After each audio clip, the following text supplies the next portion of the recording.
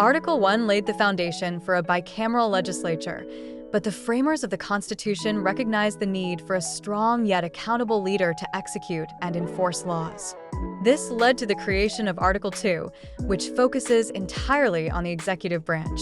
In this video, we'll break down the powers, duties, and limitations of the president and vice president, along with the intricate checks and balances designed to maintain democratic principles. What does it mean to vest executive power in one person? Unlike a parliamentary system with shared executive authority, the U.S. has a single president who acts as the head of state, government, and commander-in-chief.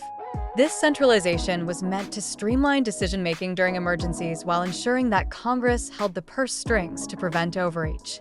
The framers studied historical examples of leadership, from monarchies to the failures of the Articles of Confederation, to craft a system where the president was powerful but constrained by law. One of the most debated elements of Article 2 is the Electoral College. This unique system balances representation, giving smaller states more weight than they would have in a purely popular vote system. But how does it work? Voters in each state select electors, who then cast votes for the president.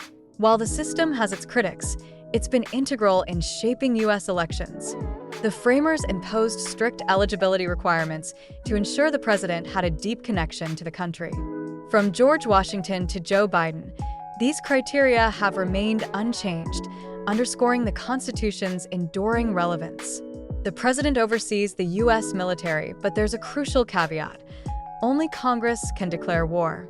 This ensures no single leader can unilaterally commit the country to prolonged conflicts. Historical examples, such as the War Powers Resolution of 1973, demonstrate how Congress continues to check this power.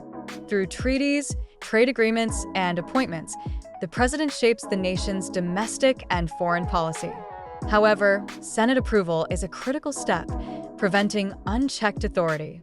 The president's address to Congress isn't just a tradition, it's a constitutional duty. These speeches have been pivotal moments in American history, from Franklin D. Roosevelt's Four Freedoms to JFK's challenge to land on the moon. Beyond legislation, presidents wield executive orders to direct federal agencies. While these are powerful tools, they are subject to judicial review, maintaining the balance of power.